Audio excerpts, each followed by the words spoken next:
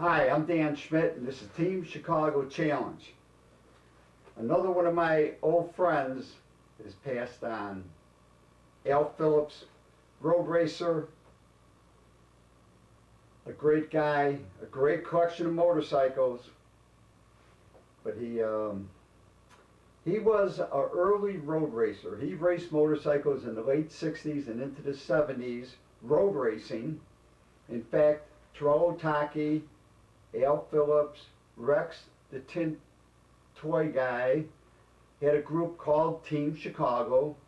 And when I started the Team Chicago match races at Santa Fe Speedway, I went and seen those guys and asked for permission to use the name Team Chicago. So we go back all the way through the 1970s, and then Al invited me to his collection of great motorcycles. In fact, he inspired me to put this booklet together about great British motorcycles, as I'd seen the Nortons, the BSAs, the Triumphs in his collection, and I wanted to figure out, after the war, the era between 45 and 70, which was prior to me. I mean, I know a lot about British motorcycles since then, but so he inspired me to put this together, and I should point out that he's now a list of my friends, and I hope in heaven all the trails are nice, all the racetracks are smooth, there's no branches that hit you in the face when you're trail riding, all the bean fields go for eternity. So my friends like George Mack Sr., Jim Viverito, Al Bloom, Al Phillips now, Bill Wilt, I hope they're all enjoying eternal bliss. And in this show, Al asked me, he said, instead of going from him to the bikes and back, he says, show the beautiful motorcycles. I don't have to be seen. So you're only going to be hearing Al describing these different bikes because he felt the motorcycles were much more important than him. So let's go to the 4410 Club on Clark Street and look at these great motorcycles. In the 1960s and the 1970s, we see him here on a twin Norton. This picture here, we see him on a Suzuki 3-cylinder, 2-stroke, water-cooled, a bike referred to as the Water Buffalo. This one's got a full fairing on it in that photo. In this photo of that same Suzuki, it looks like he's got the engine mounted in a Sealy chassis at this point. But he was there in the early days of road racing, racing around the country, as we see Al again on the Suzuki with the Sealy frame. And this photo here is on the Moto Guzzi running a 24-hour event in Canada. And as Al starts this BSA Gold Star with an electric start,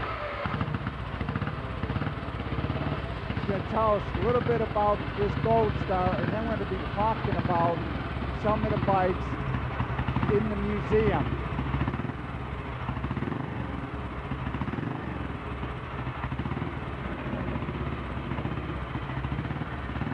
So who came up with the electric start setup on this?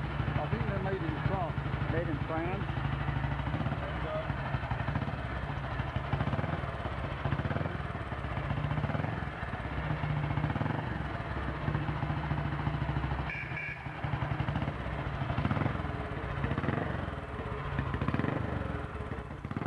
As Al warms up the BSA, we will notice that it still has an AMO GP carburetor.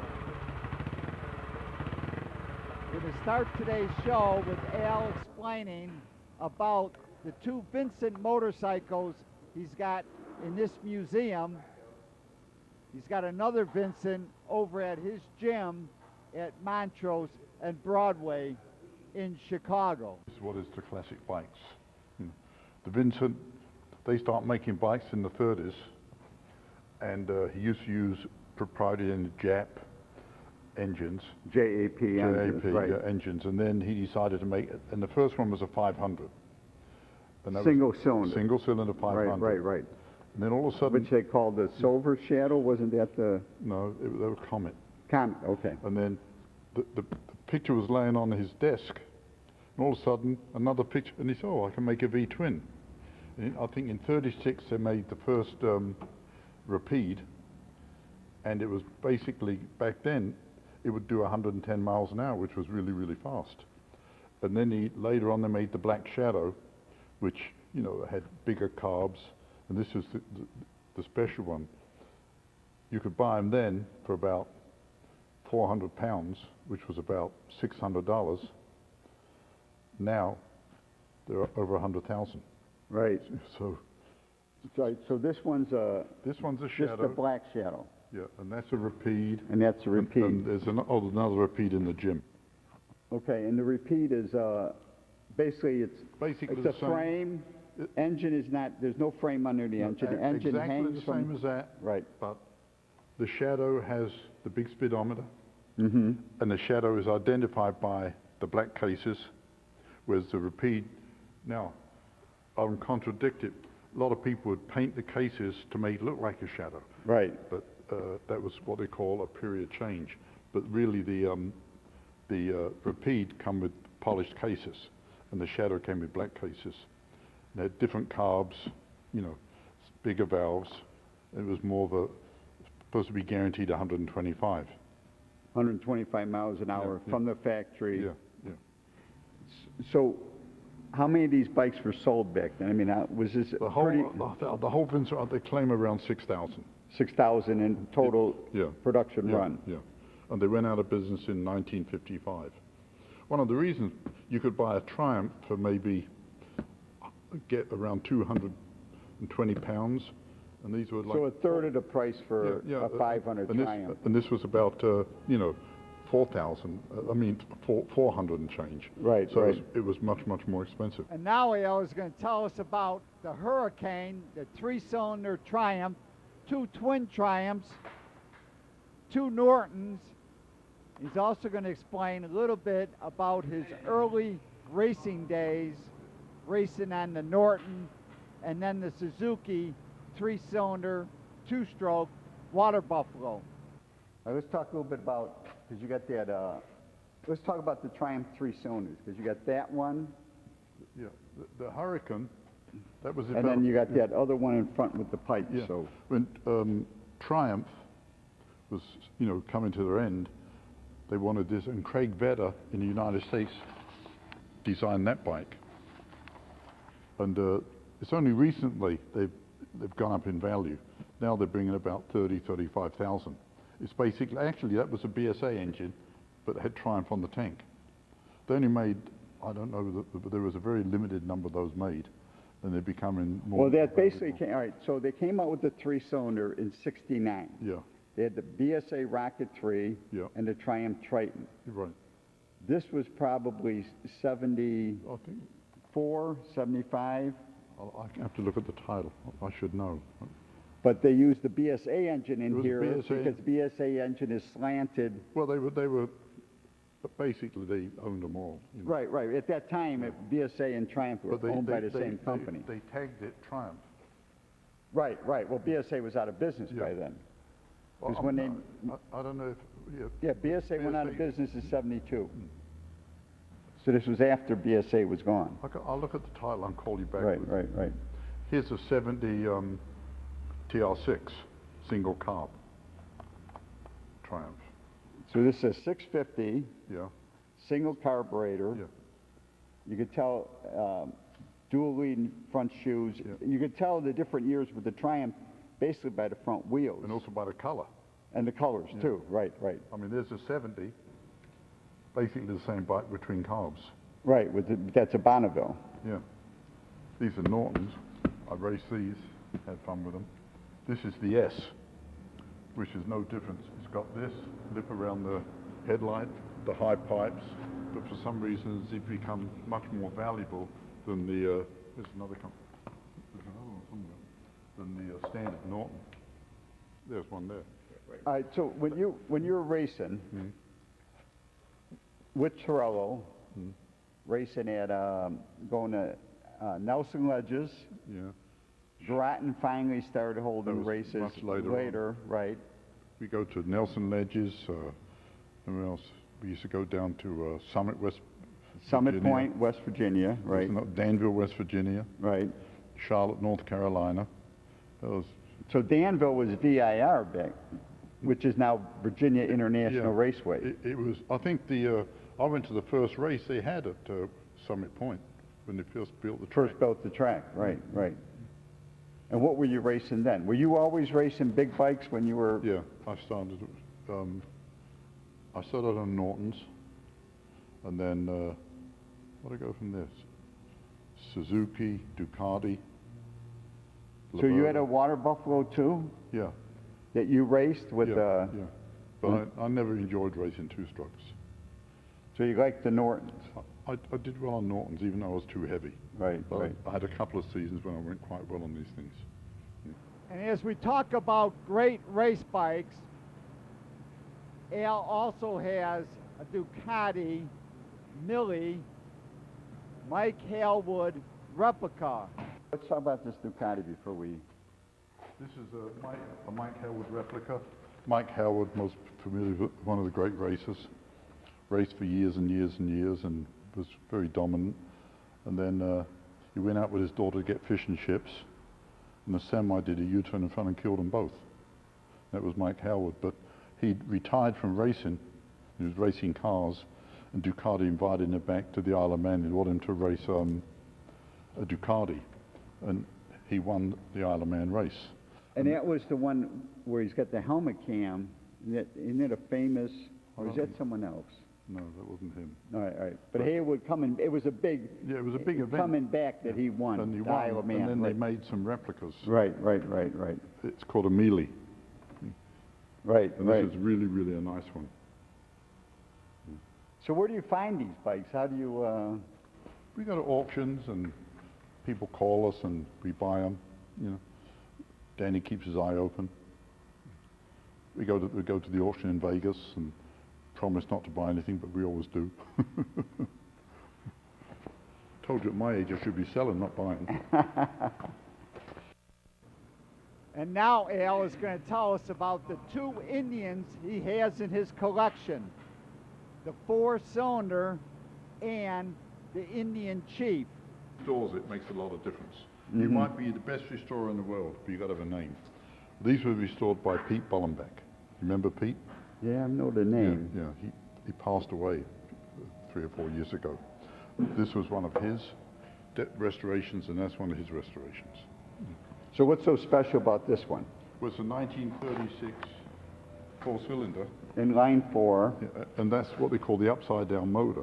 For a while, these were least valuable. Then all of a sudden they flipped, and now people like them because they only made it for 36 and 37.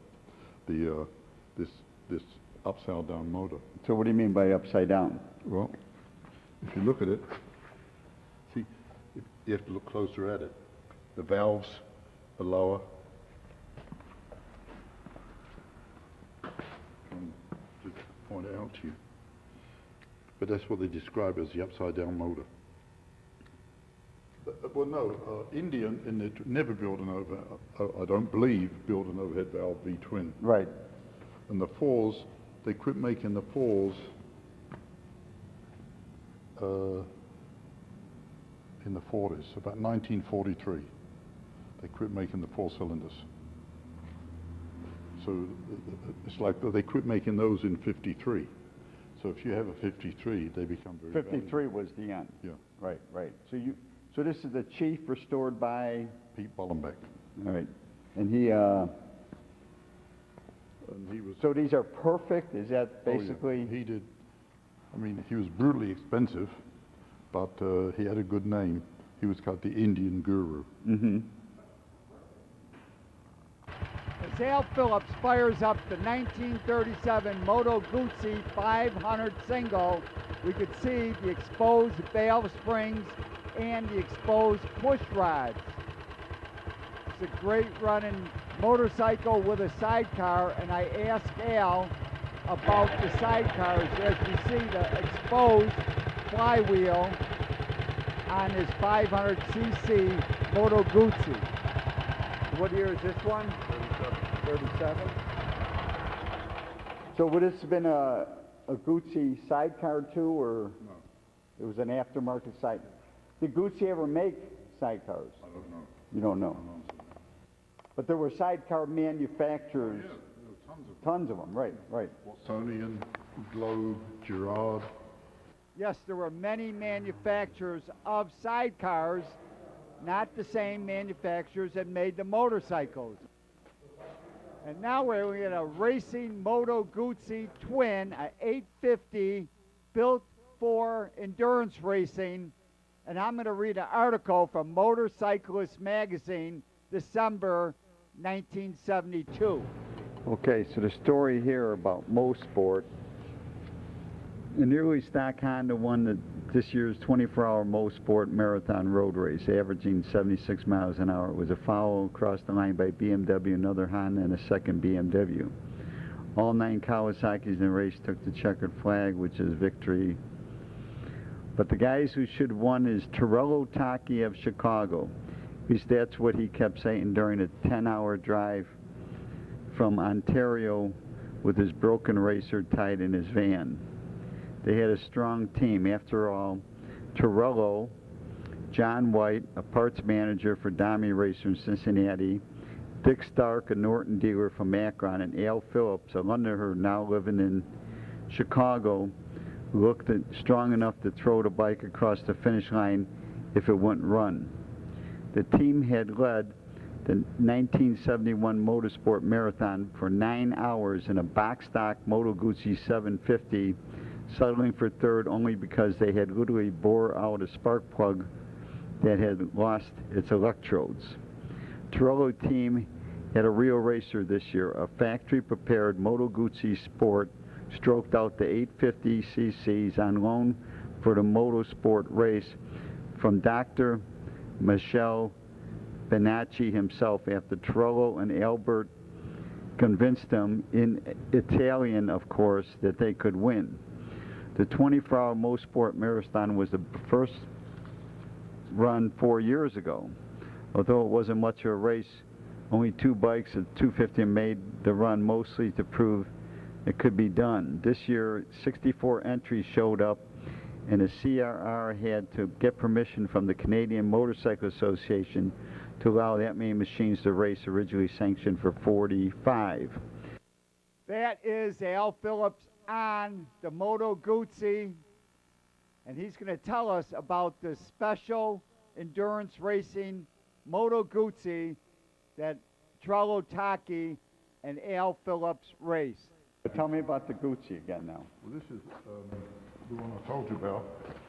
So you and Torello went to Mosport, which is in Mosport, Canada. Yeah. In And it was a 71. 24-hour race in 71. And then we took out And you were an taking a Moto Guzzi Eldorado. which is basically a street bike. Yeah. And we raced it, and we led for 6 hours, and then it started misfiring. We pulled the plug, stripped the head, got it going again, and we finished third. Guzzi was trying to promote the brand back then, and they got all excited, and they had this bike, and they sent it over for us to race.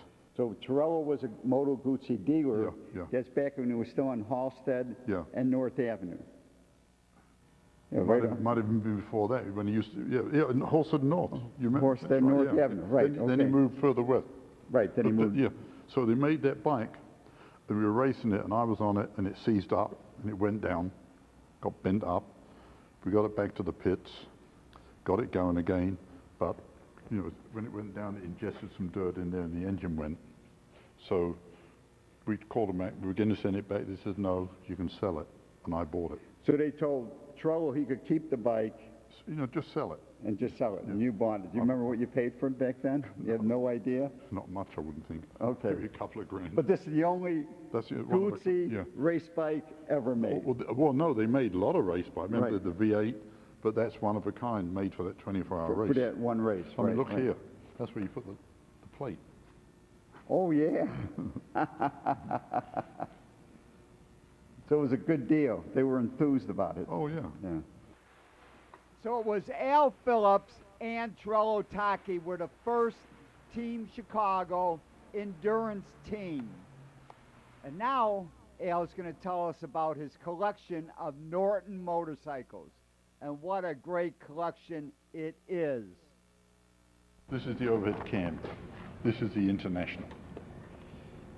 Okay, international. So what year would this one been? This is about a 51. 51. You know, you're So familiar- this is a little bit before the Max came. No, the Manx 51. When did they come out? Well, I forget when they became International became Manx. There's a Manx up there.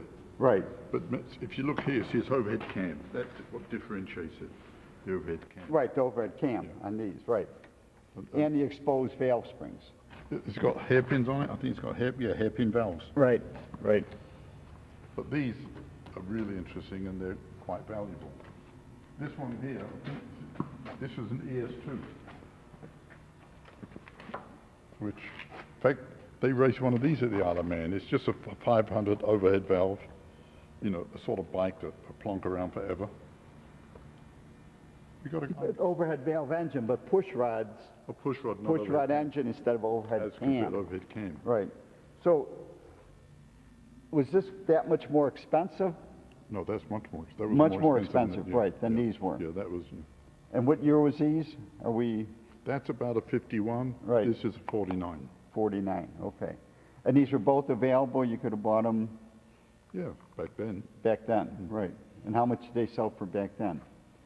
Were they Probably a couple of hundred. but they were same price as like a Triumph Twin, or a little bit the more twin, expensive? The They're twin always- might have been a bit, because Norton also made a twin, and they were a bit more expensive. But Right. we're talking about, I mean, if you look back in 1937, you could buy a brand new bike for, you know, $100. Right. 600.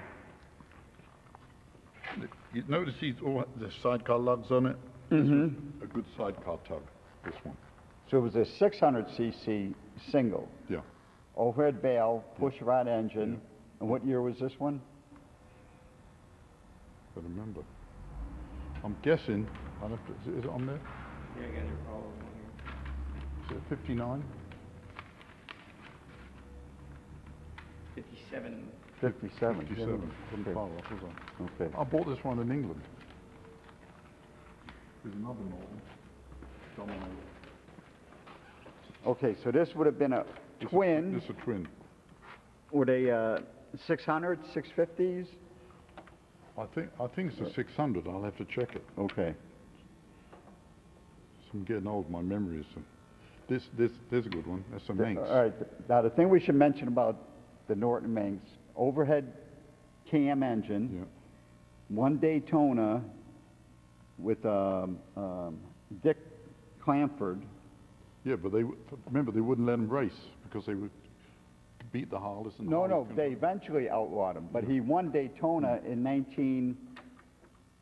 1950, 51, and 52 or 53, and then they disappeared. And yet when they were outlawed because they were overhead cam engine. So it isn't that the Harleys got faster, just that they took this one out of the race. What else we got? All right, we got another Norton here. There's an Atlas, all restored. So the Atlas would have been about what year is this one then? On there. This is a 750. 750, okay. So this is the feather bed frame. Feather bed. So this is before the isolastic, Yeah. Oh yeah. Frames. These was vibrate like hell. but these are the ones you raced, or did you race the later ones? I raced one of these in the beginning. Right. Then when the Commandos came out, I raced those. And did you like that much better? Oh yeah. The new frame and all that was Oh, much yeah. better, new suspension? Well, the odd thing is that they always had. But remember, they had rubber bushings on the swing arm, Right, right.